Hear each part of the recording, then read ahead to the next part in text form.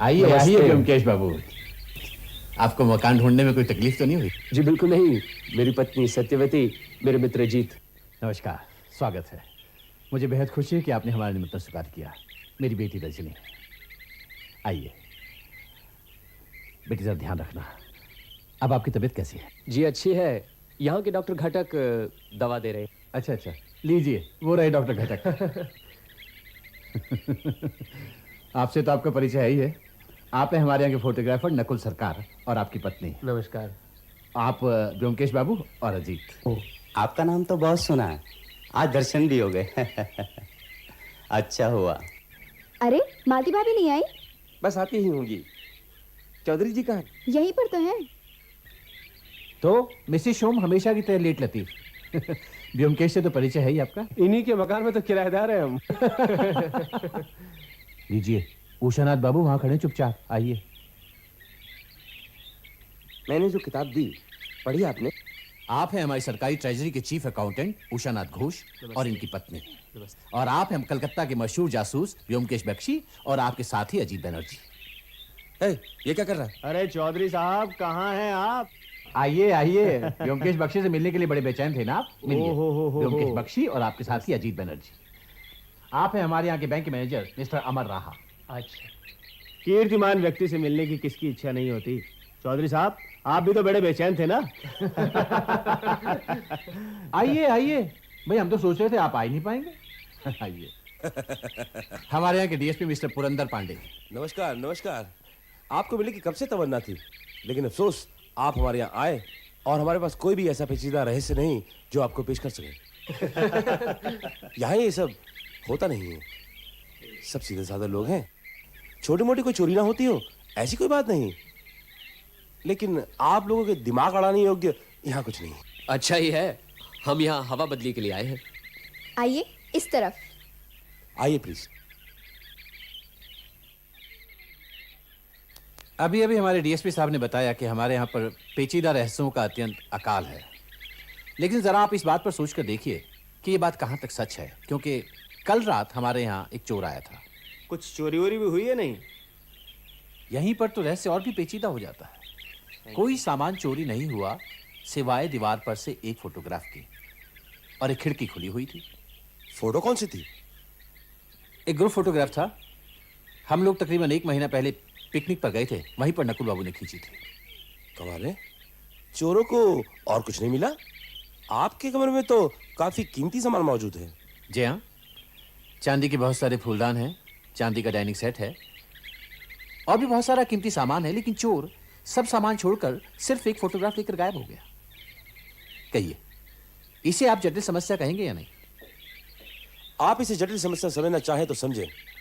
मैं तो ये कहूंगा, किसी राहगीर ने खिड़की खुली देखकर सुनहरी फ्रेम के लालच में तस्वीर चुरा ली होगी। आपका क्या ख्याल है ब्योमकेश बाबू? शायद डीएसपी साहब ठीक ही कह रहे हैं। ये तस्वीर खींची किसने थी? नकुल बाबू ने। नकुल बाबू जरा इधर आइए। जी। नकुल बाबू, जो आपने हम लोगों की पिकनिक की तस्वीर खींची थी वो कल रात चोरी हो गई। चोरी हो गए? आपने कितनी कॉपियां बनाई? 3। एक चौधरी जी ने ली थी, एक उषानाथ बाबू ने ली थी और तीसरी प्रोफेसर शोम ने। जरा पूछिए कि उषानाथ बाबू और प्रोफेसर शोम के पास अपनी कॉपियां हैं। उषानाथ बाबू जी। वो जो पिकनिक वाली तस्वीर की कॉपी आपने ली थी वो आपके पास है? अपने एल्बम में रख दी थी, फिर कभी देखी नहीं होगी। सुना आपने?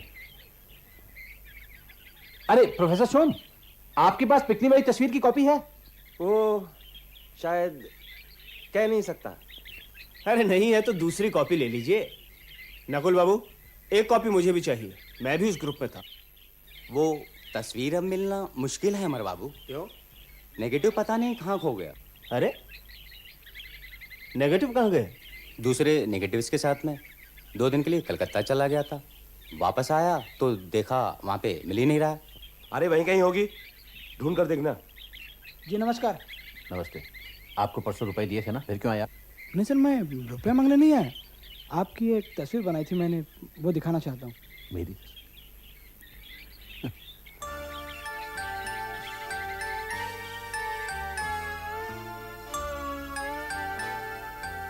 अरे वाह, ये तो बहुत अच्छी है। बहुत अच्छी तस्वीर बनाते हैं आप। क्या नाम है आपका? जी मेरा नाम फाल्गुनी पाल है। फाल्गुनी भाई, ये लो तुम्हारा इनाम। बहुत अच्छी तस्वीर बनाते हो तुम। शुक्रिया। अच्छा तो ये तस्वीर तुमने बनाई कैसे? किसी तस्वीर को? नहीं सर नहीं, मैंने चौधरी जी को कई बार देखा है। अच्छा अच्छा, तो तुमने तस्वीर को देखकर तस्वीर बना जी दी? सर, मैं अपनी याददाश्त से तस्वीर बना लेता हूँ। यदि आप हुक्म करें तो आपकी भी तस्वीर बना दूं। ठीक है, इतनी अच्छी तस्वीर अगर बनाकर ले आओगे तो मैं भी तुम्हें 10 रुपए इनाम में दूंगा। जी सर, जो हुक्म आपका। चलता हूँ सर। अच्छा आर्टिस्ट है। उस पिकनिक के ग्रुप की तस्वीर में तो मैं था नहीं, अब देखते क्या बना के लाता है। वहाँ तस्वीर चोरी की क्या बात हो रही थी?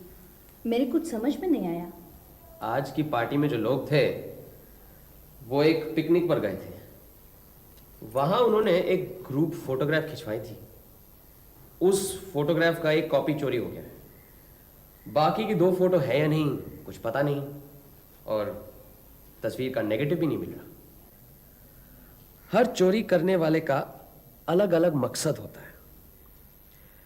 अब फाल्गुनी पाल को ही ले लो, एक बार किसी को देख लिया फिर उसके चित्र बनाने का दावा करता है। अब फोटो देखकर तस्वीर बनाना तो आसान होता है, फाल्गुनी पाल चोरी करके किसी का भी चित्र फटाफट बनाकर अच्छी खासी कमाई कर सकता है। और फोटोग्राफर नकुल खुद चोरी कर सकता है। अरे नकुल, नकुल का इसमें क्या मकसद हो सकता है? उसकी फोटो और बिकेगी। फाल्गुनी पाल, नकुल और कोई? उस तस्वीर के ग्रुप में ऐसा भी कोई हो सकता है जो कि अपना हुलिया हमेशा के लिए मिटा देना चाहता हो। मतलब कोई गुनहगार या... लगता है प्रोफेसर शो में, देखो। आइए बैठिए। आओ प्रोफेसर। कहिए, आज की पार्टी कैसी लगी? अच्छी लगी। यहाँ के लोगों से मुलाकात तो हुई। सब भले आदमी हैं। ऊपर से सब ऐसे ही लगते हैं। अच्छा आप बताइए मिसेस बख्शी, आपको वहां सबसे अच्छा कौन लगा? वैसे तो सब अच्छे ही थे, लेकिन रजनी मुझे बहुत अच्छी लगी। सीधी सादी, मिलनसार, जैसे देखने में सुंदर वैसे ही मीठी बातचीत। अच्छा, चौधरी जी लड़के की शादी क्यों नहीं कर देते? वो तो काफी पैसे वाले हैं। विधवा है, विधवा। विधवा से कौन शादी करेगा? आइए मालती भाभी। यकीन नहीं हो रहा है ना? पूछ लीजिए इनसे, इन्हें सब मालूम है। बेशर्मी की भी हद होती है। विधवा होकर सास सिंगार करती फिरती है। मतलब क्या है? क्या किसी को मालूम नहीं? किसी मर्द को फंसाने की तरकीब है। मैं जा रही हूं, तुम जल्दी आ जाना। रजनी क्या सचमुच विधवा है? जी, बेचारी 15 साल की थी तब शादी हो गई। शादी के दूसरे दिन ही पति प्लेन से लंदन चले गए उच्च शिक्षा के लिए। खर्चा सब चौधरी साहब ने दिया था, लेकिन वो वहां पहुंच नहीं पाए। प्लेन दुर्घटना में उनकी मृत्यु हो गई। आप मेरी घरेलू जिंदगी से शायद वाकिफ नहीं है। मेरी जिंदगी भी चौधरी जी के जमाई जैसी है। अपने ससुर के पैसे से लंदन पढ़ने गया, वापस आकर एक कॉलेज में पढ़ाने का काम किया, लेकिन ज्यादा दिन टिक नहीं पाया। सब छोड़ छाड़ कर पिछले 7 सालों से यही पढ़ा हूं। यह मकान भी मेरे ससुर का है। बहुत कुछ बिला वजह कह गया, चलता हूं। अच्छा प्रोफेसर शोम, बुरा ना माने, एक सवाल पूछना चाहता हूं। वो पिकनिक की जो ग्रुप फोटोग्राफ आपने खरीदी थी वो कहाँ है? जी वो तस्वीर मेरी पत्नी ने टुकड़े टुकड़े करके फाड़ दी थी। उस तस्वीर में मैं और रजनी पास पास खड़े थे।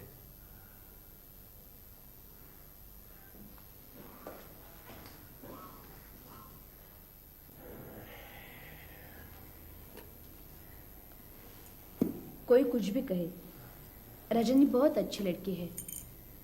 कम उम्र में विधवा हुई है। बाप अगर बेटी को संवार कर रखता है तो उसमें बुराई क्या है? आज पार्टी में एक बात देखी, तुम लोगों ने शायद गौर नहीं किया होगा। जब चौधरी जी चोरी का जिक्र कर रहे थे, सब उनकी तरफ देख रहे थे। तब डॉक्टर घटक कुछ दूर अकेले चाय पी रहे थे। रजनी मिठाई की प्लेट लेकर उनके पास गई, चुपचाप एक चिट्ठी उनकी जेब में डाल दी, फिर वहां से चली गई। मुझे लगता है मेरे अलावा ये सीन किसी ने नहीं देखा। बमकेश बाबू, चलिए आज मैं भी आपके साथ घूमता हूँ। जरूर। एक बात बताइए, उस ग्रुप फोटो को अखबार में छपवाने की कोई बात हुई थी? नहीं, उषानाथ बाबू कभी छपवाने नहीं देंगे। क्यों? वो जरा अजीब किस्म के आदमी हैं। उन्हें अपने सरकारी ओहदे का बहुत गर्व है। किसी अरे गहरे के साथ उनकी तस्वीर छपे वो नहीं चाहते। अच्छा, उषानाथ बाबू क्या हमेशा काला चश्मा पहनते हैं? हाँ, करीब 2 साल से यहाँ बदली होकर आए हैं। मैंने उन्हें बिना चश्मे के कभी नहीं देखा। शायद आंख कुछ खराब होगी। और फोटोग्राफर नकुल? बहुत ही चालू चीज है। अच्छा। हमेशा चौधरी जी की खुशामद में लगा रहता है। सुना है किसी जमीन के लिए चौधरी साहब से मोटी रकम उधार ली है।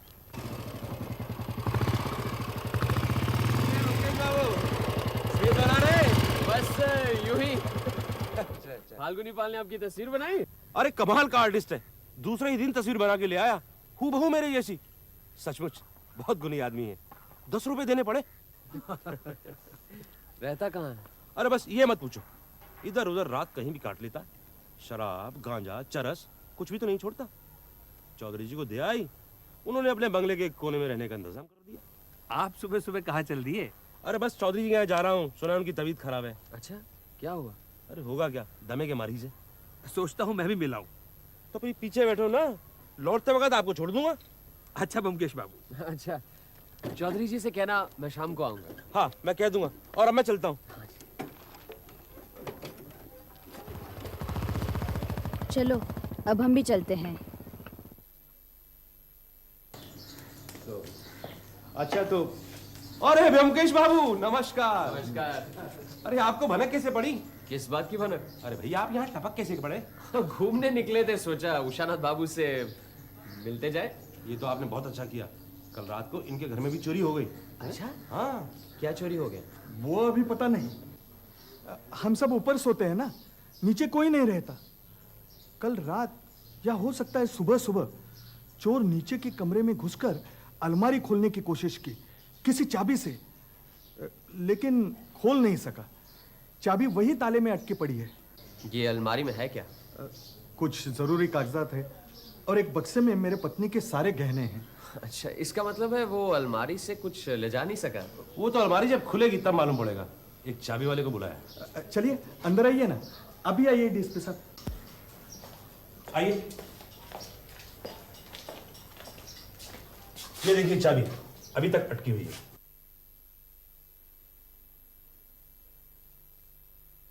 आइए, इधर आइए। इस रेडियो पर एक चांदी की परी रखी थी, करीब 8 इंच लंबी। वो यहां से गायब है। और कुछ? जी नहीं, और कुछ नहीं। इतनी चीजों के रहते हुए चांदी की परी क्यों ले गया? क्या पता, ये बताना तो आपका काम है। अरे उषानाथ बाबू जी। अरे अंदर बुलाया है तो बैठने को नहीं कहोगे? अरे आइए, बैठिए ना, बैठिए। ऐसा नहीं हो सकता कि आपका लड़का या आपकी पत्नी परी को ऊपर ले गया? जी नहीं। किसी पर शक है? इनका एक नौकर कह रहा था कि कल रात करीब 7, साढ़े 7 बजे एक पागल सा आदमी उषानाथ बाबू से मिलने आया था। नौकर ने उसे बाहर से भगा दिया, लेकिन उसने जो उसका हुलिया बयान किया उससे मालूम पड़ता है कि वो फाल्गुनी पाल है। हाँ, मैंने एक पुलिस वाला उसके पीछे भेजा है। अच्छा उषानाथ बाबू, आपके पास वो तस्वीर है? तस्वीर? कौन सी तस्वीर? वो जो पिकनिक में ग्रुप फोटोग्राफ के लिए गई थी। अच्छा वो जी। नहीं, मैंने फिर देखी नहीं। एल्बम यही कहीं यहाँ है। देखिए ना, इसी में होगी।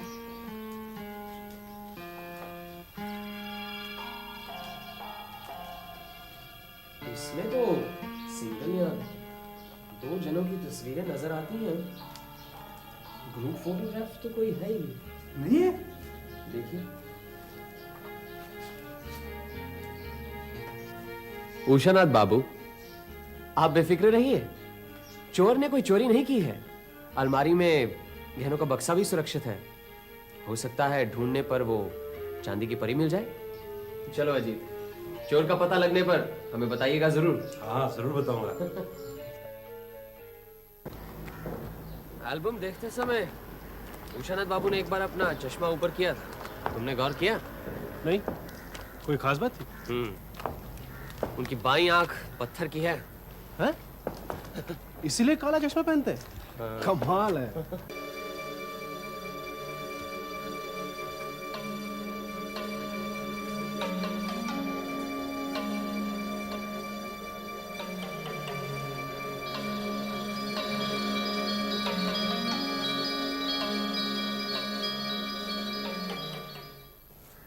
आप लोग पुलिस का आदमी है ना, मेरे घर की तलाशी लेना चाहते हैं? लीजिए, पूरी तसल्ली के साथ तलाशी लीजिए, लेकिन कुछ मिलेगा नहीं आप लोग को। मैं गरीब जरूर हूँ लेकिन चोर नहीं। हम आपके घर की तलाशी नहीं लेना चाहते और न ही हम पुलिस हैं। मैं सिर्फ ये जानना चाहता हूँ कि कल रात आप उषानाथ बाबू के घर क्यों गए थे? उनकी तस्वीर बनाई थी मैंने, वही दिखाने गया था, लेकिन उनके नौकर ने मुझे मिलने नहीं दिया, भगा दिया मुझे। ठीक है, कोई बात नहीं, लेकिन मैंने ऐसा क्या किया कि पुलिस मेरे पीछे पड़ी हुई? ये तो बहुत गलत बात है। ठीक है, मैं पुलिस से कह दूंगा कि आइंदा आपको तंग न किया करें। धन्यवाद। तस्वीर तस्वीर, अरे मैं क्या करूंगा तस्वीर का? मुझे तस्वीर नहीं चाहिए। आहिस्ता बोलो, कोई सुन लेगा। देखो, मुझे तुम्हारी जरूरत है, तुम्हारी तस्वीर की नहीं। दूध के बगैर कोई पानी पी करके रह सकता है? मुझे भी क्या तुम्हारे बगैर अच्छा लगता है, लेकिन क्या करूं, कोई रास्ता भी तो नहीं है। रास्ता है, मैं बताता हूँ। लेकिन पिताजी। तुम अब नाबालिग नहीं हो रजनी, तुम्हारे पिताजी अब तुम्हें नहीं रोक सकते। वो तो ठीक है, लेकिन प्लीज अश्विनी, पिताजी की तबीयत ठीक नहीं है, उनकी तबीयत ठीक हो जाने दो, उसके बाद फिर। नहीं नहीं नहीं नहीं, तुम्हें आज ही बताना पड़ेगा कि तुम्हारा फैसला क्या है। अब मैं तुम्हारे बिना जिंदा नहीं रह सकता। और देखो, कलकत्ता पहुंचकर तो पिताजी को पता चल ही जाएगा। ठीक है, बताती हूँ। नहीं, इस वक्त नहीं, लगता है घर में कोई आया है और मेरा घर में रहना बहुत जरूरी है। तुम ऐसा करो, तुम रात को 10 बजे यहीं आ जाना, मैं यहीं मिलूंगी, फिर तब आराम से बात करेंगे। ठीक है, मैं जाती हूँ। सुनो तो,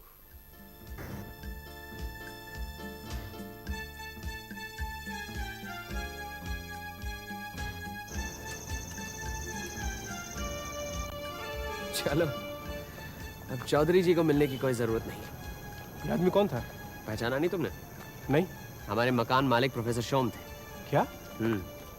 अच्छा, ये डॉक्टर घटक और रजनी का मामला जानते हुए भी हम क्या चुप बैठे रहे? हमें कुछ करना चाहिए। कुछ नहीं, हम क्रिकेट खेल के दर्शक हैं। हमारा काम है खेल देखना और ताली बजाना, मैदान में कूदकर खेल बिगाड़ना नहीं। चलो। ऊपर मरीज का क्या हाल है? क्या बात है, चुप क्यों हो गई? मालती देवी को देखने नहीं गई थी क्या? कुछ बताओ तो सही, चुप क्यों बैठी हो? गई थी बस।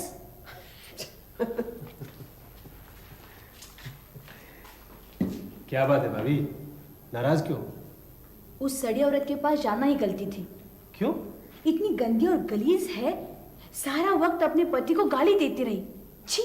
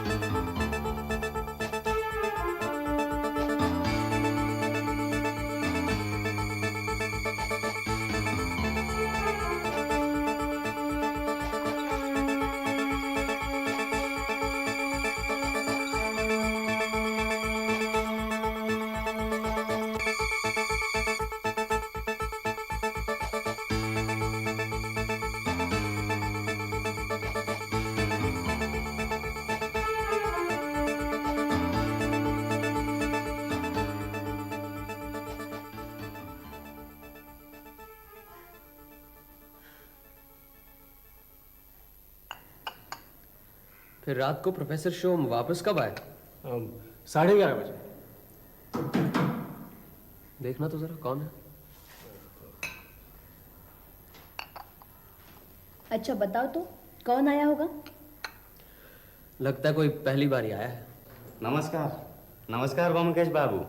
इधर से गुजर रहा था, सोचा आपको बता दूं। शायद आपको नहीं मालूम, फाल्गुनी पाल वही जो तस्वीरें बनाता था, चौधरी जी के कुएं में डूबकर मर गया। अरे कब? शायद कल रात ही, ठीक से कह नहीं सकता। हमेशा नशे में धुत रहता था, गिर पड़ा होगा। अच्छा, चलता हूँ। Good morning professor. Good morning. अब आपकी पत्नी कैसी है? मालती का बुखार तेज हो गया है, शायद निमोनिया है। बीच बीच में उल्टा सीधा बकती रहती है। डॉक्टर घटक को खबर दी आपने?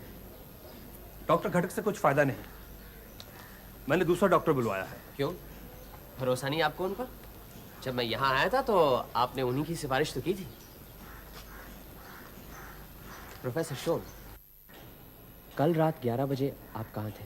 मैं तो, किसने कहा कि मैं कहीं गया था? मैं तो झूठ बोलने से कुछ फायदा नहीं। आपकी पत्नी की तबीयत अगर बिगड़ी है तो इसके जिम्मेदार आप हैं। कल रात आपके पीछे पीछे रास्ते पर निकली थी। अगर इस बीमारी से उनकी मौत हो जाए तो? मालती, ब्योमकेश बाबू, यकीन मानिए मुझे कुछ नहीं मालूम। लेकिन हमें मालूम है, इसलिए आगाह किए देता हूँ, ये सब बंद कीजिए। आप शादीशुदा हैं। चलो अजीत।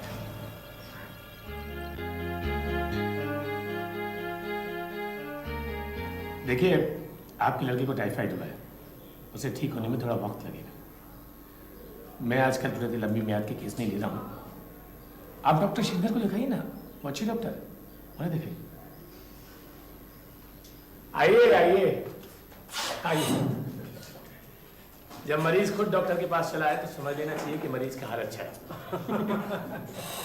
और बताइए। बस बैंक जा रहा था, आपकी डिस्पेंसरी रास्ते में पड़ती है, सोचा मिलते जाए। आप कलकत्ते कब जा रहे हैं? मैं कलकत्ते जा रहा हूँ, ये आपको किसने बताया?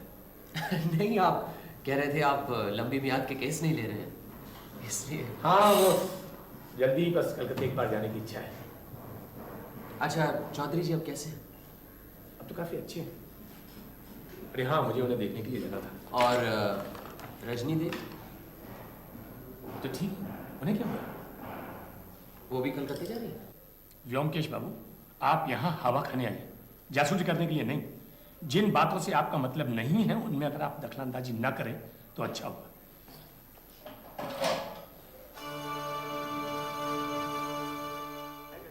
आइए आइए ब्योमकेश बाबू, आइए बैठिए।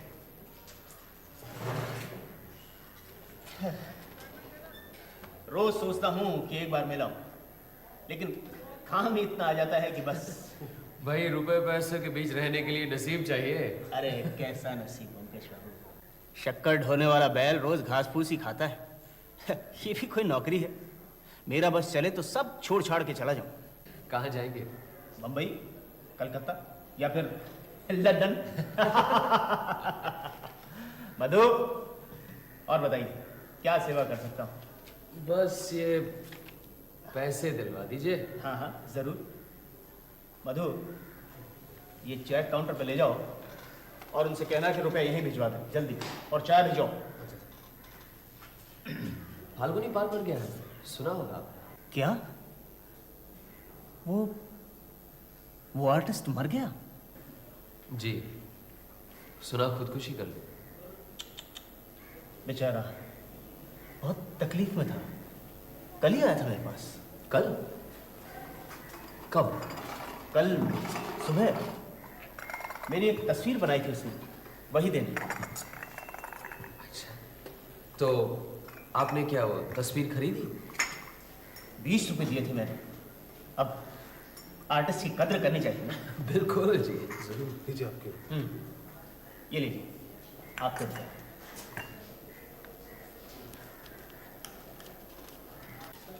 इस बार 31 दिसंबर इतवार है, 1 जनवरी की छुट्टी है और 30 दिसंबर शनिवार आधे दिन की छुट्टी है।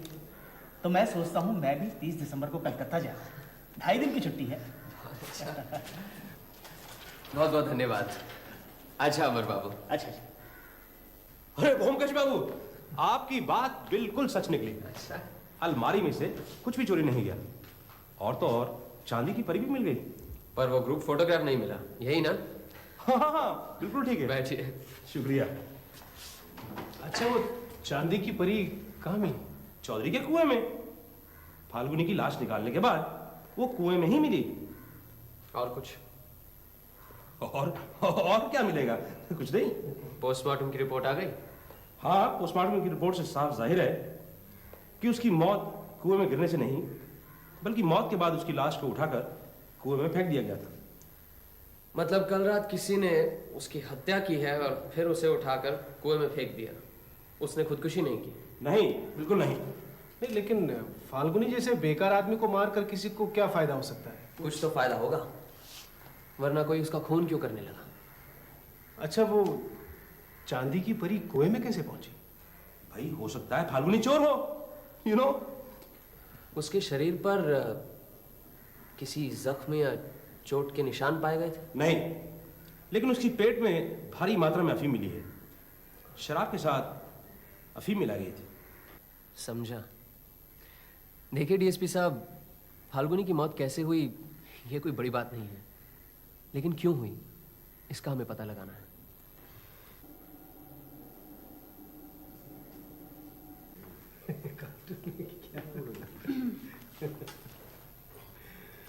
लीजिए।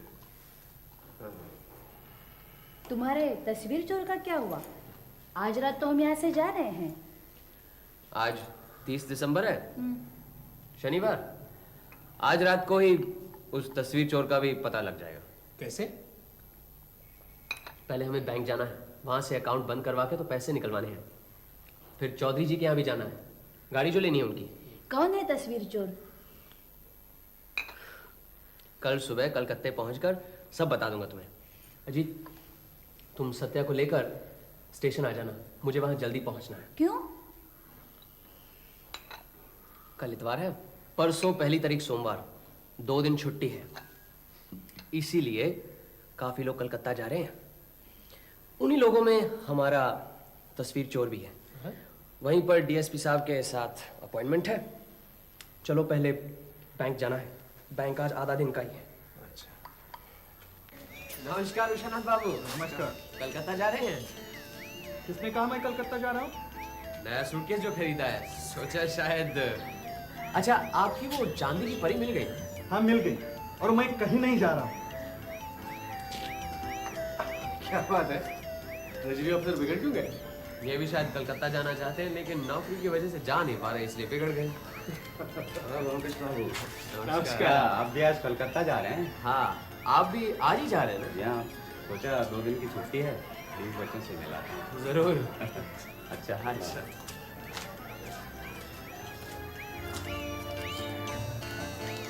वो देखो, डॉक्टर खटक भी शायद रुपए निकाल रहे हैं।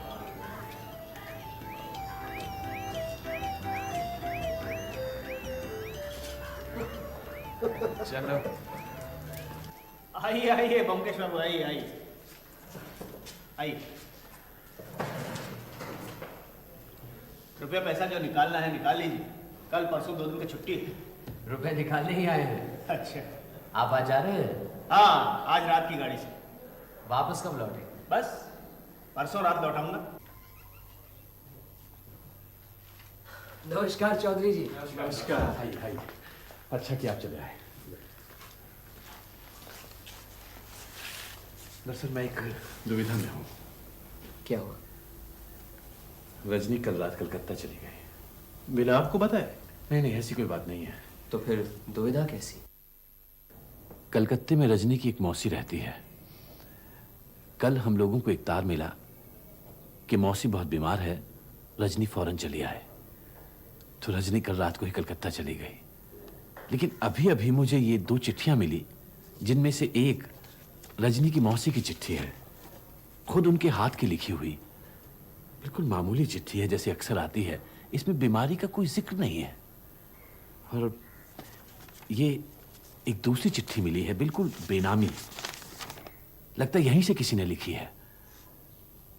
लिखा है कि आपके अनजाने में एक ऊपर से शरीफ लगने वाला बदमाश आपकी लड़की से प्रेम का नाटक कर रहा है।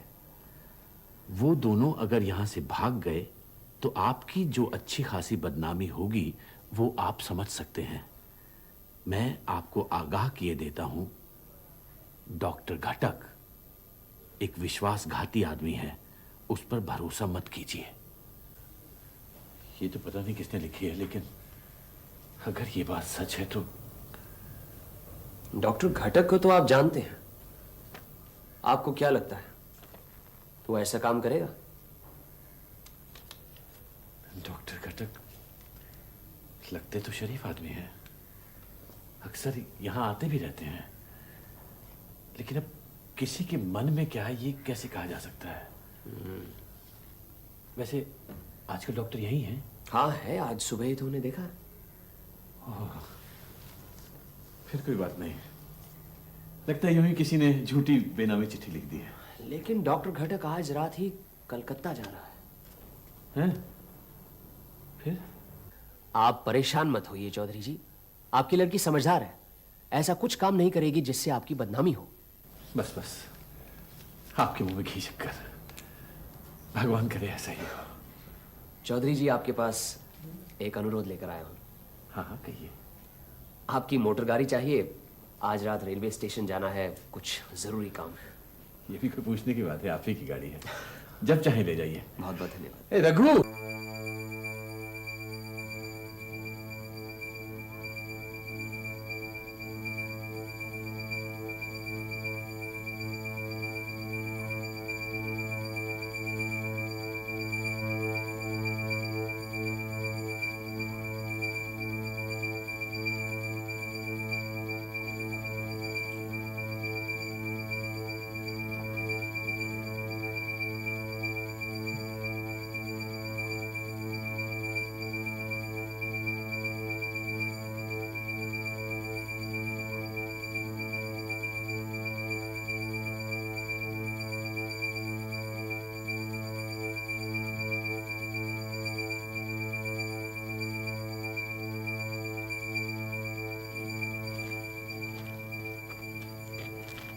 टाइम हो चुका है, गाड़ी बस आती होगी।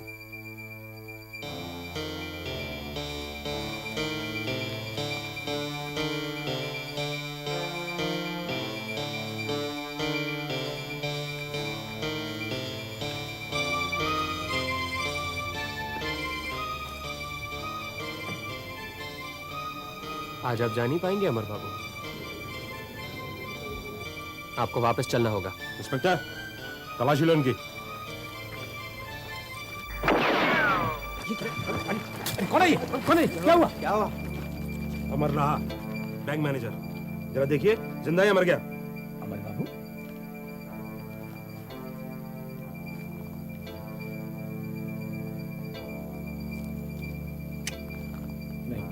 अमर बाबू मर गए? क्या हुआ? इनकी दाढ़ी कहाँ गई? इंस्पेक्टर। Yes sir. कांस्टेबल बुलाओ। सिपाही। ये तस्वीर बैंक मैनेजर अमर बाबू के सूटकेस में से मिली थी, डीएसपी साहब ने मुझे दी है, प्रेजेंट। इस तस्वीर की चोरी हुई थी क्योंकि इसमें एक ऐसा व्यक्ति है जो अपने आप को लोगों की नजरों से दूर रखना चाहता है ताकि अपराध के बाद कोई उसे पहचान न सके। अब वो सवाल ये था कि चोरी कौन कर सकता है। अब इस तस्वीर के लोगों को एक एक करके पकड़ते हैं, औरतों और बच्चों को छोड़ देते हैं क्योंकि उनका इसमें कोई काम नहीं है। पहले आते हैं चौधरी जी। चौधरी जी प्रतिष्ठित और रईस आदमी हैं, उम्र हो चुकी है, रुपए पैसे की कोई कमी नहीं है, और फिर शहर में उन्हें हर कोई जानता है, इसलिए वो ये तस्वीर क्यों गायब करने लगे। फिर आते हैं डॉक्टर घटक पर। डॉक्टर घटक पढ़े लिखे आदमी हैं, वो रजनी को प्यार करते हैं, इसलिए उसे भगाकर ले भी गए तो कानून की नजरों में ये कोई जुर्म नहीं है क्योंकि वो बालिग है, इसीलिए वो क्यों ये तस्वीर चुराने लगे। फिर आते हैं हमारे प्रोफेसर शोम। हाँ, इनकी तस्वीरें तो चारों तरफ लगी हुई हैं, घर में, कॉलेज में, नकुल फोटोग्राफर के स्टूडियो में भला ये एक तस्वीर क्यों चुराने लगे? अब रह गए ये दो, उषानाथ बाबू ट्रेजरी ऑफिसर और बैंक मैनेजर अमर राहा। भाग जाने पर इन दोनों का ही फायदा है और इनके अख्तियार में तो दूसरों के लाखों रुपए हैं। पहले लेते हैं उषानाथ बाबू को। ये हमेशा काला चश्मा पहनते हैं और चश्मा खोलने पर यह पता लगता है कि उनकी एक आंख पत्थर की है, इसलिए उनका छुपा रहना मुश्किल है। फिर बीवी है, एक बच्चा है, सरकारी नौकरी पर भी गर्व है उन्हें, वो ये काम नहीं कर सकते। अब रह जाते हैं अमर राहा। अमर बाबू की शादी नहीं हुई थी, तनख्वाह अच्छी ही थी, लेकिन उन्हें अमीर बनने का बहुत मोह था। हमेशा टिप टॉप रहते, सपने देखते थे कलकत्ता, बंबई, लंदन का। लगता है कि काफी दिनों से प्लान बना रहे थे। जब अपने मंसूबे को काम में लाने का वक्त आया, तब कुछ अप्रत्याशित रुकावटें खड़ी हो गई। सबके साथ पिकनिक में फोटो खिंचवानी पड़ी। न खिंचवाते तो लोगों को शक हो जाता, इसीलिए खिंचवाई। सोचा था बाद में उड़ा लेंगे। फिर एक दिन अमर बाबू ने चौधरी जी के यहां से तस्वीर चुराई। अगले दिन पार्टी में उन्हें ऐसा लगा कि सिर्फ तस्वीर चुराने से उन्होंने कोई अक्लमंदी की बात नहीं की है, इसलिए उन्होंने तस्वीर के साथ साथ एक चांदी की मूर्ति भी चुराई और वहां अलमारी में एक चाबी रख दी। फिर फाल्गुनी पहल के वहां आ जाने से उनके सब किए किराए पर पानी फिर गया, क्योंकि फाल्गुनी के वहां होते तस्वीर चुराने से क्या फायदा? उसे तो अपनी याददाश्त से हुबहू शक्ल बनाना आता है ना। लेकिन चोरी छुपे प्रेम करने की तरह गैर कानूनी काम करने से एक तीव्र आकर्षण होता है। अमर बाबू इतना आगे बढ़ चुका था कि अब वो पीछे नहीं हटना चाहता था। उसने ठान ली कि बस अब फाल्गुनी को रास्ते से हटाना है। उस रात शराब में काफी अफीम डालकर वो उसकी झोपड़ी में गया, उसे नशे से बेहोश किया और फिर उसे जाकर कुएं में फेंक दिया। साथ में वो चांदी की मूर्ति भी डाल दी ताकि चोरी का सारा इल्जाम फाल्गुनी पर रहे। लेकिन पुलिस की पोस्टमार्टम की रिपोर्ट के मुताबिक उसकी मौत कुएं में गिरने से पहले हुई थी। अमर बाबू शायद ये चाहते थे कि लोग ये समझे कि उन्होंने खुदकुशी की है। तब मैं डीएसपी बाबू से जाकर मिला। मुझे जो शक था मैंने उनको बताया, जिस तरह की अभी तुम्हें बता रहा हूं। वो भी मेरी बात समझ गए। उन्होंने 24 घंटों की निगरानी अमर बाबू पर रखी। हम उसे रंगे हाथ पकड़ना चाहते थे। प्लान ये था कि रेलवे प्लेटफॉर्म पर वो माल समेत पकड़ा जाए। लेकिन मुझसे एक बड़ी गलती हो गई। क्या? अमर बाबू बैंक का मैनेजर था ना, इसीलिए उसे पिस्तौल का लाइसेंस मिल सकता था। ये बात मेरे ध्यान में नहीं आई। ओह, अच्छा, अमर बाबू शनिवार 30 तारीख को ही भागेंगे, ये कैसे पता चला? कोई भी दिन जा सकते थे। अगले महीने की 2 तारीख से लोगों की तनख्वाह बटेगी। उससे पहले ही सारा रुपए बैंक में जमा था। यही तो मौका था ज्यादा से ज्यादा रुपए लेकर भागने का। और फिर उसके साथ 2 दिन की छुट्टी भी तो थी। बहुत से लोग कलकत्ता जा रहे थे, वो भी अगर जाए तो कोई शक नहीं करेगा। अच्छा, चौधरी बाबू को बेनामी चिट्ठी किसने लिखी, इसका पता नहीं लगा। हमारे प्रोफेसर शोम ने। क्या करे बेचारा, अपनी औरत से बहुत परेशान था, इसीलिए तो रजनी की ओर आकर्षित हुआ और वहां डॉक्टर घटक के सामने बिल्कुल टिक नहीं पाया। इसीलिए चौधरी जी को उसने ये बेनामी चिट्ठी दी। और कुछ नहीं, बहुत हो चुका। चले। अरे सत्या, तुमने असली बात तो मुझसे पूछी नहीं। क्या? रजनी के बारे में। अरे हाँ, क्या हुआ उसका? उसने कलकत्ते जाकर डॉक्टर घटक से रजिस्ट्री शादी कर ली। अच्छा?